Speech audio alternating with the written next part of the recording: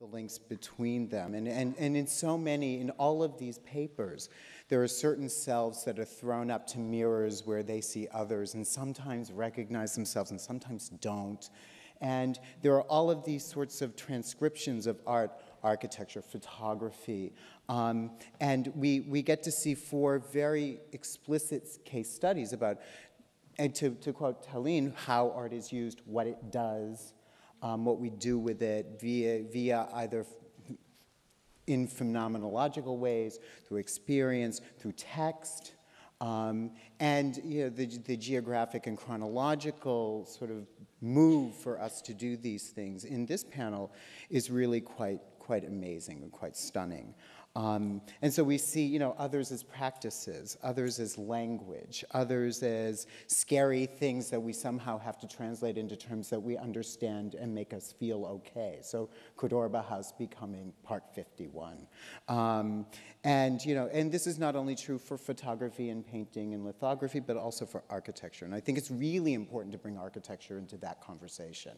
Because in a way, architecture is the most public of all of these moves. It's the most public. It's the one that's sort of understood and used by the most players and the most actors. They're the ones who sort of have to move in and out of it. And it is the sort of site in many ways where such notions, histories, perceptions, anxieties work most directly on actors, be they architects, builders, or the people who walk back and forth every day in front of these buildings with the residue of the places where they sit and the residue of their memories in toto. And so, it's funny because yesterday we didn't talk a lot about geography explicitly.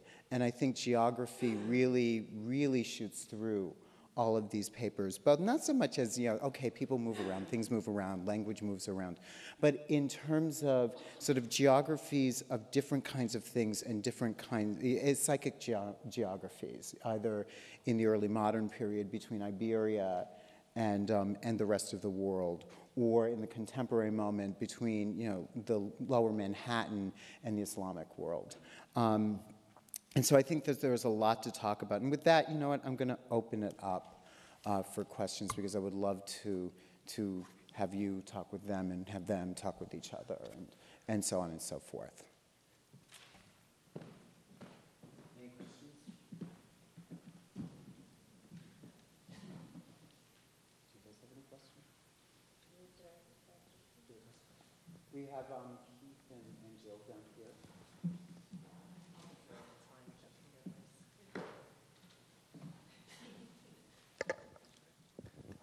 I hesitate to be, I'm only taking advantage of the lull, but one of the things that struck me, I think, about your talk, Talene, and as well as David's talk, is how intractable the Iranian experience has been for the traditional stories of the history of art. I mean, if you think that the history of art, the linear trajectory that is sketched of the history of art tends to begin in Mesopotamia and in Egypt. How were these cultures capable of being co-opted for this Western narrative, and why was it necessary to leave Iran out of the story? It could be, back to Herodotus, that after all, the Persians are barbarians, and therefore they have to be consigned put into the shadow. But this is a long trajectory, and this is a real question. I have no answer to this, but when you look at the way in which art history was put together in the 19th century, the way in which it ruled the 20th and drifts on into the 21st century, it has this peculiar character that it's managed to absorb and assimilate some civilizations as part of its story and elaborately reject others.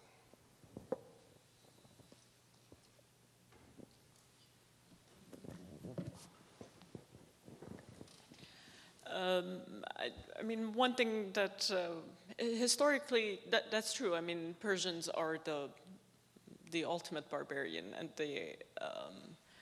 and not just in art history, but in Orientalist discourses, and of course, the latest and the most fantastic manifestation of it is 300, the film, which Iranians were outraged. I mean, of the all rage, from the mullahs to the queen, they were outraged by that film. But for me, it was very, very characteristic and in a way amusing that, you know, it's just business as usual. And in the middle of the Iraq War, Xerxes is represented as the ultimate barbarian, who's also effeminate, who's also, I mean, all the typical Orientalist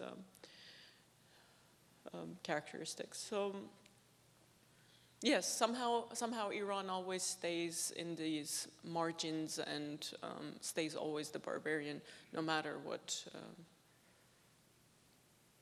I'm not sure if I'm answering your question.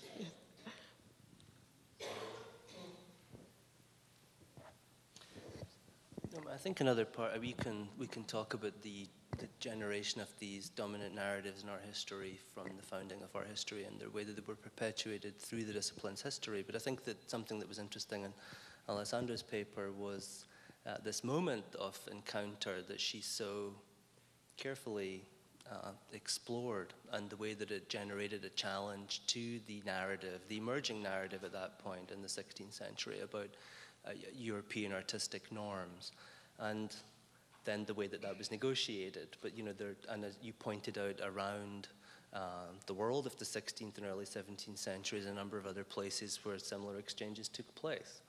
But the remarkable thing is that early modern discourse has been completely obfuscated in the later history of the history of art. And despite the proliferation of subfields within the discipline and the growth of those subfields that are constantly battling against all kinds of challenges in field work to find the archives and recover those materials, despite those efforts, it doesn't seem to work its way back into commonly known or shared discourse. So I think that's how I would maybe begin to answer your question.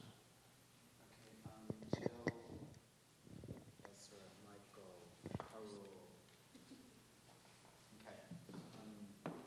So one of the other threads that I was really captivated by and I didn't anticipate was the thread of ornament or decoration from the Cordoba house or Ground Zero Mosque through the feathers that constitute the Madonna, through the uptake of,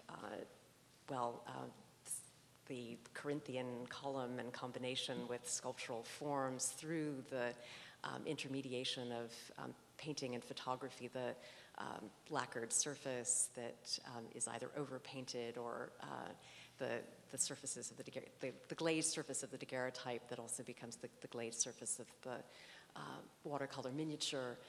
And so what I'm wondering about is the way your paper suggested attention to another zone of hybridity that complicates the distinction between structure or design and surface decoration. And was wondering if that allows a different approach to, we've never been modern. The science studies philosopher Bruno Latour argues that attention to what he calls this middle kingdom of hybrids opens it up to a terrain that he analogizes to being, quote, as vast as China. It's a deeply problematic reiteration of an Orientalist trope of a vast China. But I'm wondering if there's a way of rethinking this attention to hybridity as a new region that would allow us to deeply complicate one of the ongoing oppositions, which has been between somehow deep structure and what is somehow supplemental decoration or ornament.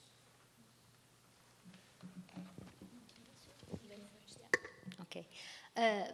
Yes, I think that the example of artistic literature that describe or attempt to think about these objects, in fact, address other categories that are not necessarily thinkable under the idea of hybridity.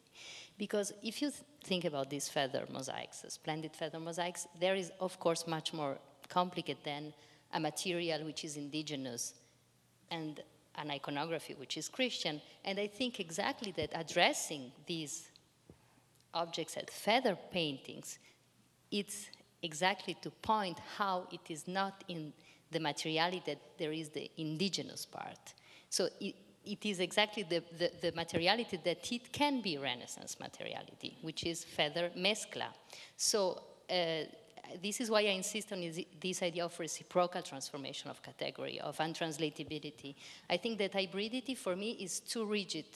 No, this is why I insist on this idea of dynamic. But it is exactly when we think that that part is indigenous that we are urged to think as feather paintings. So it is a Renaissance category. So I think more in terms of reciprocal and translatability than hybridity.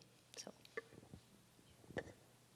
I have a very problematic relationship with ornament, and I think it's part of our field, is that it seems to be the way in which Islamic art is reduced to its most elemental thing. I mean, you know, you could choose any number of parts of a building, the muqarnas, I mean, three-dimensional works, anything, but it gets reduced to this elemental geometric iteration, which is problematic, and there's a lot of work has been done on it. It's been used by Orientalists to sort of remove the culture from the culture. But I think it does still remain, and that's something that we do have to come to terms with. And so what is this shorthand? What is it doing? How is it acting? And can it be used back? Or to be used to speak back is the question. And I think that would be a really interesting way to think of it, at least of ornament. And I thought that the feather paintings do that in the way that Alessandro represented it, that, you know, it does begin to use its own materiality as a way of speaking back. And I'm not sure that we can do the same yet, at least with the Cordoba House example. Ambivalent about it. Hi, thank you for fantastic papers. I have a question for David. You ended your paper with a comment on the reception of Islamic art and architecture.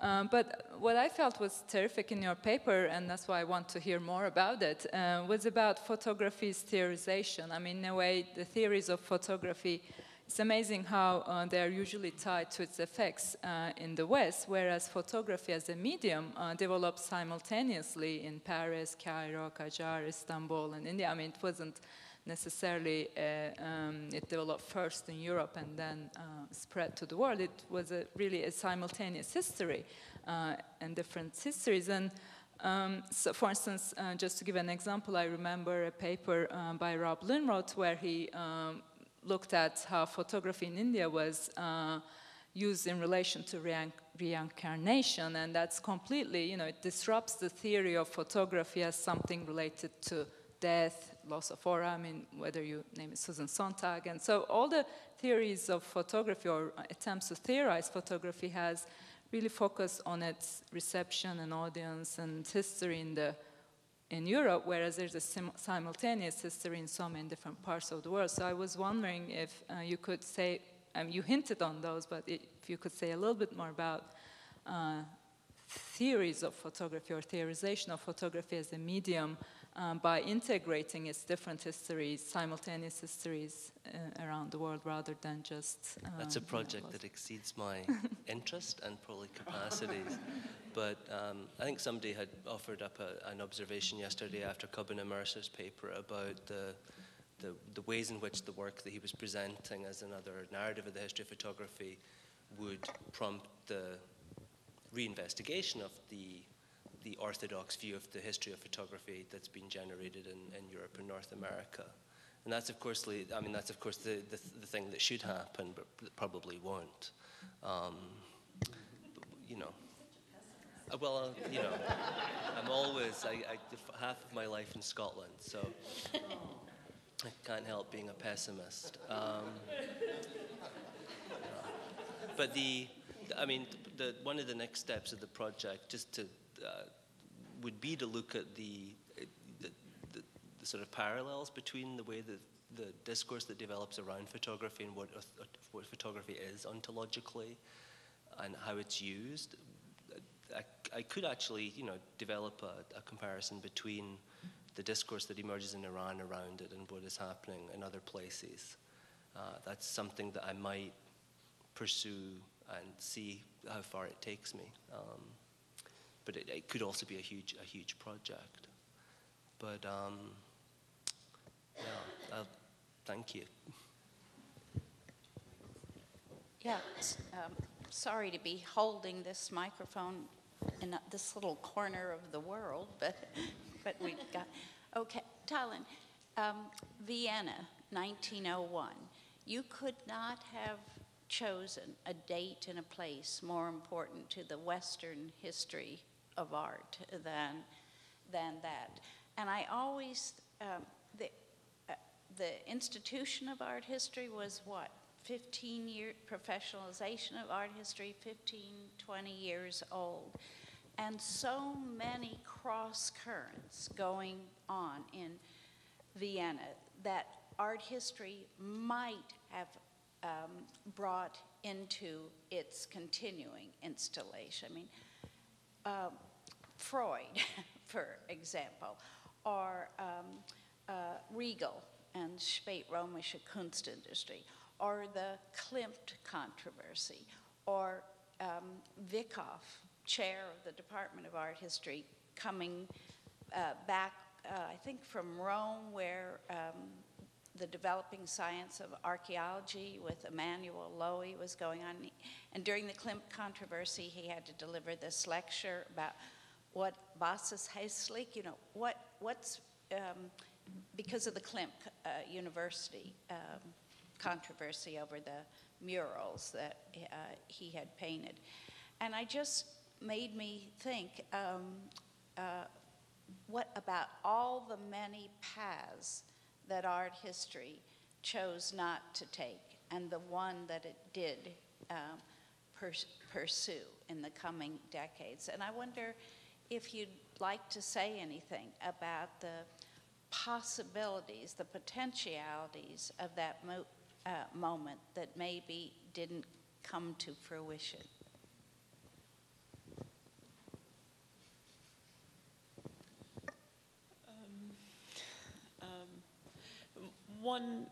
One person that actually was also very active and had something to do with this sort of criminalization of ornament was Lowe's. So, and he was right there with all these other.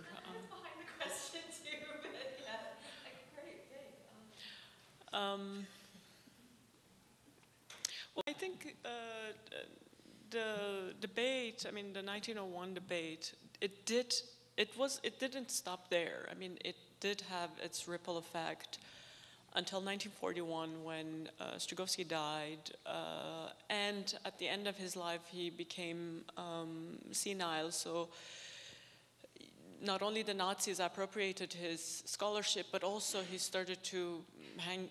I mean, I think there are stories that he went and see Hitler, and so after the war, he was neither Western or art historian specializing on Western art, nor Islamicists wanted to talk about him, and so it was in this kind of mutual sweeping him under the carpet that was very convenient for both sides. And that's the point, that no one wanted to agree that there were borrowings and there were, influences, and so And also, when I talk to more senior colleagues in their mid-60s, in their 70s, they actually talk about Strygovsky's influence on their own mentors. And in this sort of hush-hush sort of, oh, by the way, when I was a student, this also happened. So it wasn't just that, I don't think it was like 1901 happened and there was a potentiality there that didn't go anywhere. It did go. I mean, Strygovsky remained very influential in Byzantine studies, Romanesque studies, Islamic studies, except that no one wanted to quote him. And only now we're coming back to him and realizing that ultimately everyone was a racist in 1901. And he was just a different kind of racist.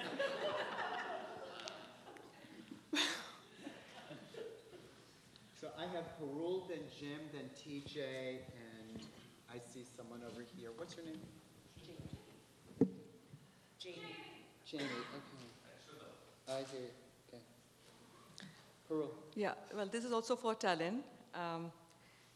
It was quite fascinating the way in which you actually showed us how, the 19th century reliefs on those Iranian monuments were drawn from various Renaissance framework sources and so on.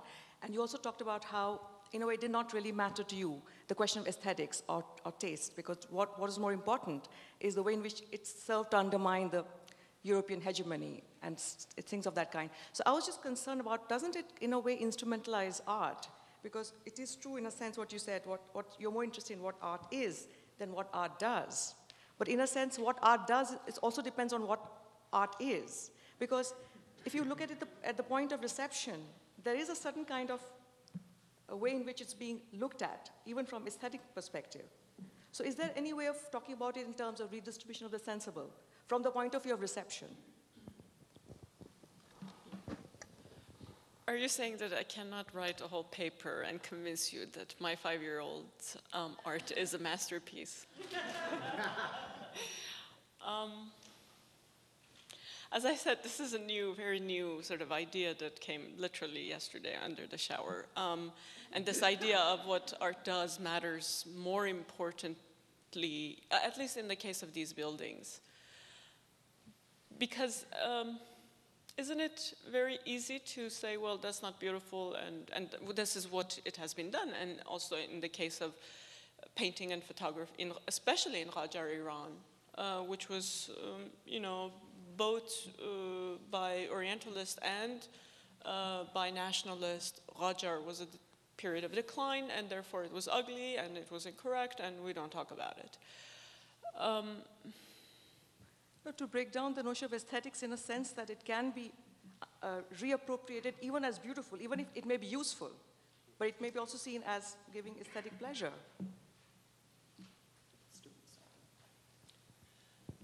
I think that the question is the way that the thing looks, there's an implication in how it looks and what it does. That's your question. So use the mic too. There's an implication in how it looks and what it does. That's what you're asking. Right. So the questions of beauty, that's something you can put to the side as a separate issue, because the material that you've studied so diligently is, of course, material that was completely orphaned in our field and in all other fields. And the stuff that I showed today, nobody works on it. There are a few things, but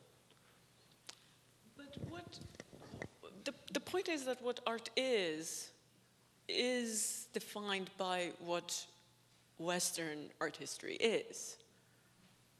And that's the problem, what art is. I mean, whether these buildings are beautiful, we only define it through what we think is beautiful. What I meant is that I don't care what we think, whether we think these are beautiful or not. I'm more interested in what they do in terms of their kind of undermining precisely what art history thinks is beautiful. So the category of what is beautiful is the problem. But what I'm saying is, in the very act of reappropriation, it is also possible for aesthetics to be reappropriated.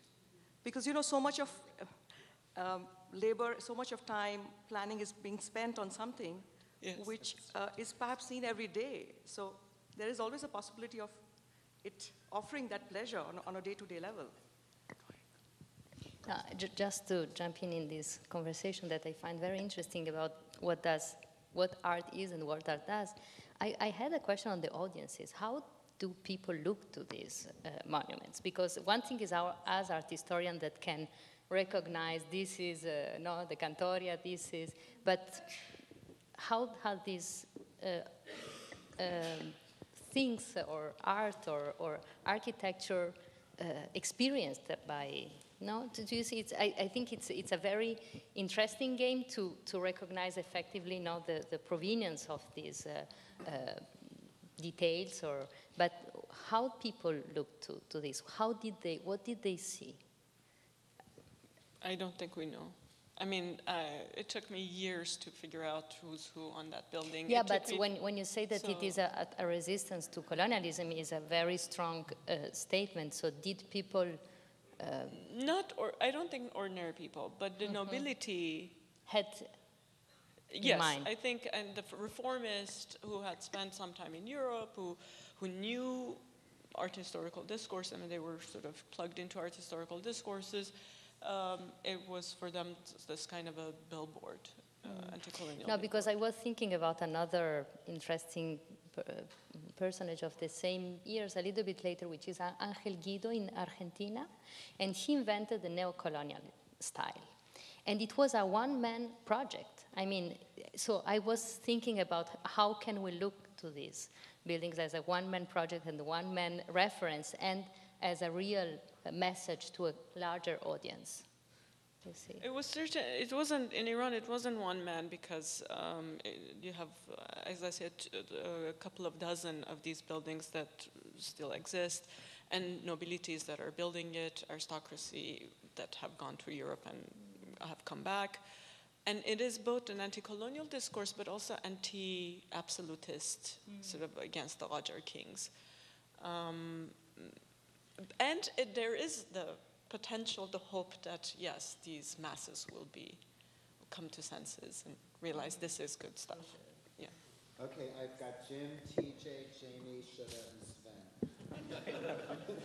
Well, this is a very interesting conversation. I actually don't want to interrupt it. I'm sure other people's comments have more, so I'll make this a comment, not a question per se. But I'm interested whenever there's congregations of people, exploding art histories in various ways. I get more and more interested in the things that are going to happen after the explosions have died down, especially pedagogic questions. So what's in my mind, especially now, is what kind of pedagogy some of these interventions might imply. I mean, Alessandra, your de Hollanda is very different from the one that I learned when I was in graduate school. It makes it potentially very interesting notion to have, say, parallel histories. That would be one of the things that explosions can produce. But then, for example, with Tallinn, with yours, it's a whole different sort of result or a whole different form of explosion because it would be an historiographically informed explosion, as it were, which would lead to a pedagogy that would have to be historiographically founded, a different sort of result. So I think I would just make that a comment because this whole other conversation is very interesting too. Just one, because I think it's a crucial question. Now, how do we then teach that? I mean, how do we teach our own experience? I have the impression that it's much simpler than we think, as to say that. I mean, in my case, it's a connected history. I teach this semester a theory of the arts in the Renaissance, and I mean, it's quite simple. You take these authors, and you see how these authors were dialoguing together and how they were in contact. So, I think it's and students simply follow and react in. I mean, I think it has been difficult for us to arrive here, but then it is much easier than we can think, I think.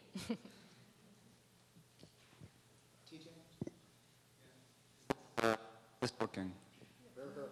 It doesn't sound. Yeah. Okay. Thanks everyone for your presentations. I have a question for Kishwar. I appreciated very much your discussion of the transnationalism of the Park 51 project, and the mediascape of spectacle and misunderstandings and cultural stereotypes. But what I missed, or maybe I didn't pick up on it more fully, and I wanted to give you an opportunity to elaborate on your own position in relationship to this building and this project. Is this something that you support? Is this going to be a productive intervention into the cultural and discursive landscape of New York in terms of the presence of Islam and potential cross-cultural and cross-religious understandings? Will this be, I mean, you kind of indicated that you're ambivalent about it, but maybe you could elaborate a bit more. Thank you. So that's, of course, the issue that I'm grappling with most deeply in my work more broadly, but in this case, and this case was actually a really good way to think about it, teaching Islamic art in the US, you sort of bounce back and forth between being an apologist on the one hand or denying it entirely. This was a project that really allowed me to confront my positionality vis-a-vis teaching here, teaching the subject, what does history mean? And actually I think that's really what my investment is that as a historian, ultimately, how can I make this productive? How can I make this productive? So that's one sort of more of an intellectual play for me of how to work this material, again, which is orphaned. Maybe that's the theme that goes through our work, is that works that have been orphaned, that are very problematic to fit back into the canon, whether it's architecture school. This will not be a project that will be seen or talked about too much. It's too political, it's too banal, it's not aesthetically correct. There are many reasons that will be given for not looking at it in the academy, per se, but I think it's important to reinsert it because it is exactly, first of all, it's what the students and our lived, it's part of our responsibility. I'm very keen to understand how I can find a voice that is ethically contingent. Now, in my research and looking and talking to the characters that have been involved, Imam Rauf and the architect and so on, that's where my ambivalence comes in. And I realized, I was just talking to a colleague after the talk, is that there really are no heroes here. There really is no one position and there's no one correct answer to this project at all. And I think that's part of it.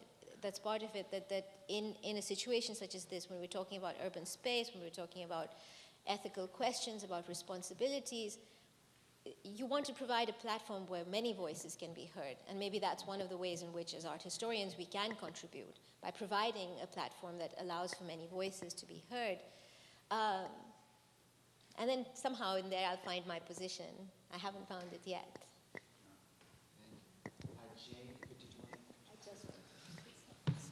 Because I think I answered too fast to your question, sorry. And I think it's, sorry, but I want to add something, and it's in relationship to also this present conversation. I think that it can be easy to translate this in a kind of pedagogical experience, but I think that we need maybe to have a strong local. What I want to say is, one student asked me, but how can we how can we learn the Iberian words if we do not know something specific? So I think that one possibility is to have a strong local knowledge of some parts. What I say for me is I was trained as a Mexicanist or colonial Mexican New Spain specialist, and now I can see the larger picture. So just to go back to your question, which I think is very useful, I think it's important to keep one. It's not that I look now to Italy from New Spain. It's not that. But I have been trained in one of these parts, and then I can embrace and maybe move to another one. But I think it's important to have some roots somewhere still. Yes, thank you very much for your talks. I noticed that quite a few of you brought up the notion of nostalgia and native nostalgia. I'm wondering, could you speak about, like, for example, the Qajar and Pahlavi focus on, the Achaemenid, or, today looking to Cordoba or Nasrid forms, and what do you have to say about the role of nostalgia in terms of looking at ruptures or continuities between, pre-Islamic, post-Islamic, pre-Columbian, post-Hispanic? Nostalgia is sort of the key question, right? And I think one of the points that I'm trying to figure out in my work is how far back do you go? What do you go to? What is that sort of ideal moment? And many people have talked about, current movements in Islam, at least, that sort of are going to some sort of fundamental space. It's the caliphate or some sort of historical moment. But what I'm interested in thinking of how the nostalgia often always will relate to some sort of religious experience. And I think that's what I'm interested in understanding is sort of how does religion get woven back into the story, as I mentioned, the sort of fundamental day one of our experience of our own historical narratives, at least the ways in which that they come out in these public forums.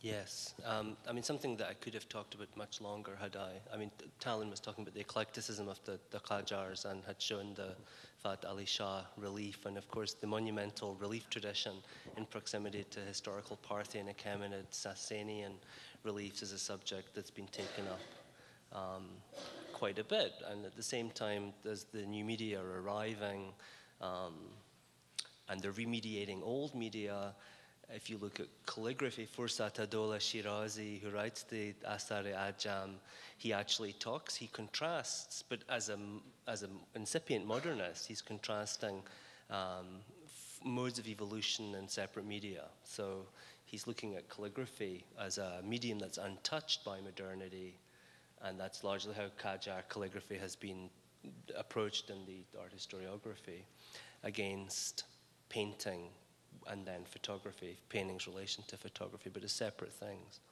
Even though he himself was trained by Abdallah Qajar, the Akasbashi, in photography after his initial formation in painting. So, and the other major, if you look at literature, there's the Bazgasht movement, which, 20th century critics of the history of Persian poetry, I think it was in the Ripka volume in the history of Iranian literature, the Qajar period of poetry is described as an era that could be passed by entirely because it was so immersed in Bazgasht and looking back to Manuchiri, Rudaki, Firdausi, Hafiz, I mean, all these earlier poets of the 12th and 13th centuries, that there was no point looking at it because that's all that it was about. So, I mean, this could be in response to some of the temporal models that were proposed yesterday of these synchronous and diachronous models. Or you could think about problematizing the standard manuscript stemata, how it is that you construct a set of relations between manuscripts in a network. One of the exciting things about the Qajar period is that all of these things are in play. And something that you might have thought of having been consigned to the dust heap of the past is revived. I mean, everything is in play, and trying to convey that is, one of the challenges. So that was the nostalgia is, of course, largely figured in European. I mean, this would pick up on Talon's point earlier. This issue of if you shift emphasis from production to the reception end, you find this massive asymmetry in the sources. You have a huge history of reception available in European responses to the material, whether it's art or architecture, and virtually nothing in the Persian sources, either because it wasn't recorded or they didn't do that, right? There are rare things like Fursat Adola's text. So on the nostalgia side, it's really this notion of a kind of corruption. They made these pretty things, but look at what they're making now. It's also motivated by an anxiety about the market and the increased competition for acquisitions of collections for museums, which developed their own competitive discourse in the late 1800s. So that nostalgia about a corrupted racial past expressed through art that's something that the Europeans are concerned about, but it's also it's embedded in another discourse about the rush for loot and for antiquities for the museums. We have Shuta, Sven, Otundo, then lunch. Okay. Hi, my question's for Kishwar. I was thinking that there are probably two neighborhoods for this Park 51 Center. One is the Lower East Side, and the other is the neighborhood of what it means to be building a mosque in the Islamic world today. Because clearly, like, if this center is a response to one particular disaster, then you mentioned the siege of Mecca, the siege of the holy site in Mecca, and that was actually a preface to a huge renovation project and rebuilding of the mosques and of the sites in the Hijaz. And you know, I'm also thinking of like mosque building exercises in Brunei, Malaysia, or even the King Faisal Mosque in Islamabad, which are sort of, there's an international modernism to these, a monumental, grand, spectacular, you know, sort of architecture fair modernism to these efforts. And how then the Park 51 Center sits in relationship to all of these, because it's, of course, it's responding to New York City, but it could also be responding to all the other kinds of mosque building. Right, exactly. Well, that sort of is part of the point on the one hand. Well, first of all, the builders of this center do not associate themselves with the events of September 11th at all, really. I mean, their argument is that their congregation has grown, that they needed a place to build. So their reasons actually make the location rather incidental, that it's a few blocks away from ground zero is, well, they're like, well, this is not ground zero. This is not anything to do with September 11th, so-called. So that's the argument that they give. So they don't associate it with that trauma. But it is indeed part of this new resurgent need to monumentalize your presence. And I'll talk about it in terms of the US in particular. There are, I think, more than 200 and something mosques that are sponsored recently by the government of Saudi Arabia alone to be built in the US. There's going to be a giant neo-Ottoman building built in New York that is sponsored by the Turkish government. And to go back to your question earlier, that is where the nation comes into this conversation. That is where the transnational is embedded in this very local phenomenon of, say, Park 51.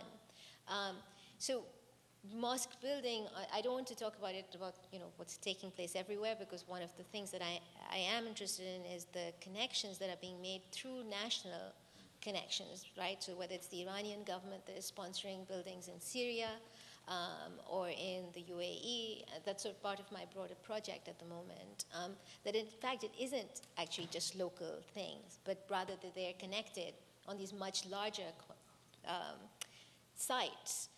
Which brings me back to that need to talk about transnational, because no matter what we do, we haven't got away from the nation as a way of talking about connections, at least political connections, and in terms of architecture, certainly they still exist very much.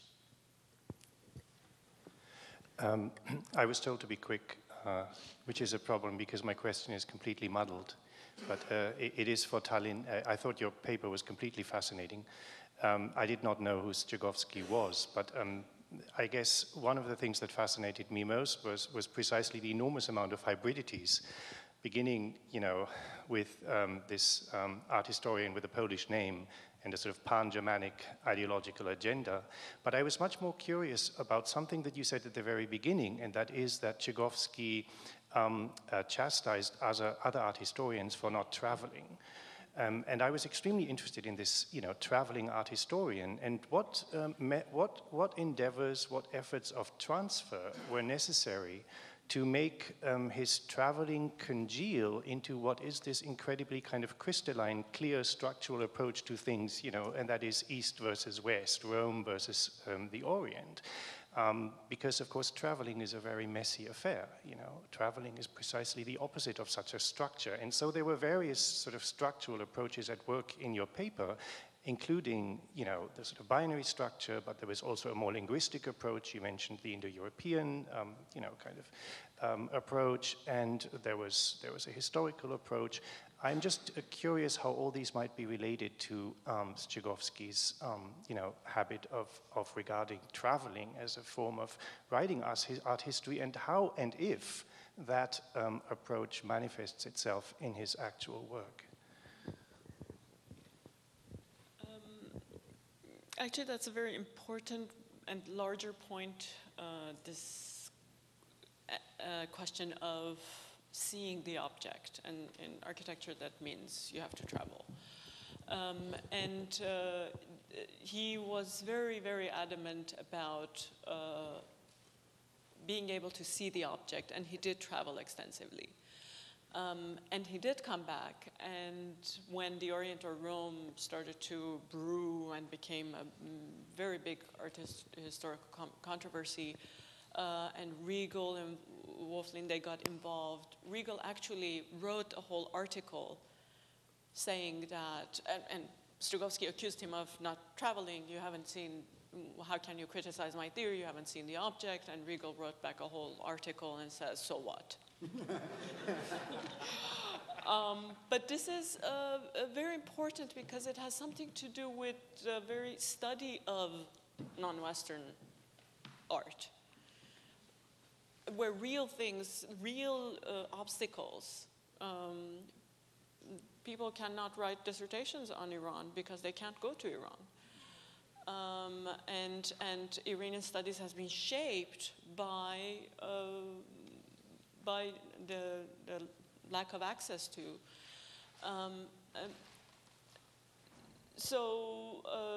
I think because of his travels, he did come up with a different map of art history, because he did go to these other places and saw, oh, you know, and started to make connections that others didn't make. Okay.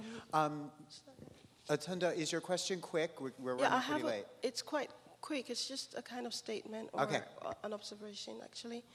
Thank you all for the presentation that you made today. It was very interesting for me in terms of time and in terms of temporality and the shift of going into different eras and the way things have actually been redefined constantly over time.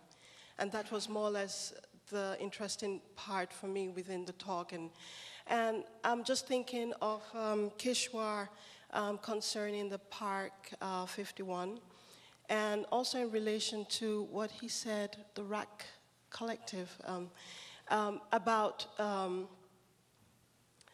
about nations and about time.